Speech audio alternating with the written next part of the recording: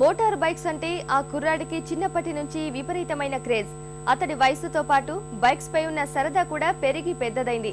చివరికి ఓ అత్యాధునికమైన modern bike ను సృష్టించేలా చేసింది.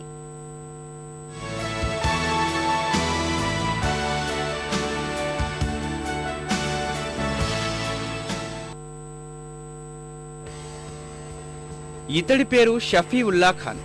స్వస్థలం విజయవాడ. వృత్తిరీత్యా చార్టర్డ్ అకౌంటెంట్. చిన్నప్పటి నుంచి ద్విచక్ర వాహనాలంటే ఎక్కడ లేని మక్కువ. ఆ ఇష్టాన్నే పెయింటింగ్ గా మార్చి తన సరదా తీర్చుకునేవాడు. విదేశీ బైక్స్ అంటే అమితమైన ఇష్టమున్నా వాటి దిగుమతికి అధిక వ్యయమవుతుందని ప్రత్యామ్నాయంపై దృష్టి పెట్టాడు. తనకున్న చిత్రలేఖన కళతో విదేశీ బైక్ ను పోలిన ద్విచక్ర వాహనాన్ని డిజైన్ చేశాడు. 350 సీసీ దేశీయ మోటార్ సైకిల్ ఇంజన్ ను తీసుకొని దాని సామర్థ్యాన్ని 500 సీసీకి పెంచాడు. తన డిజైన్ కు అనుగుణంగా chassis, fuel tank, side covers ను బెంగళూరులో సొంతంగా తయారు చేయించుకున్నాడు. దేశీయ స్పోర్ట్స్ బైకులకు వాడే చక్రాన్ని ముందు చక్రానికి వాడారు. వెనుక చక్రం కోసం మలేషియాకు చెందిన పియర్లీ కంపెనీ టైర్ రిమ్లను దిగుమతి చేసుకున్నాడు. 32 అంగుళాల వెడల్పు ఉన్న ఈ టైర్కే 50,000 రూపాయలు ఖర్చు చేశాడు. ఇంకేముంది, అచ్చంగా విదేశీ బైక్ ను పోలి ఉన్న ద్విచక్ర వాహనం పూర్తి స్వదేశీ పరిజ్ఞానంతో తయారైంది.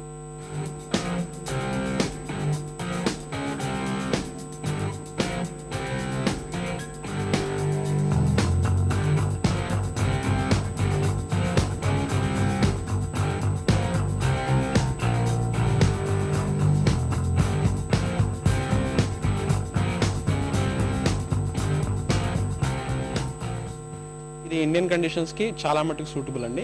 ఈ బైక్ నాకు డిజైన్ చేయడానికి 4 months టైం పట్టింది. సో నేను ఫస్ట్ స్కెచింగ్, దాని తర్వాత మెజర్మెంట్స్ తీసుకొని ఎంతవరకు ఈ బైక్ ఇండియన్ కండిషన్స్ లో సూట్ అయ్యేదో ఫస్ట్ చూసుకున్నాను.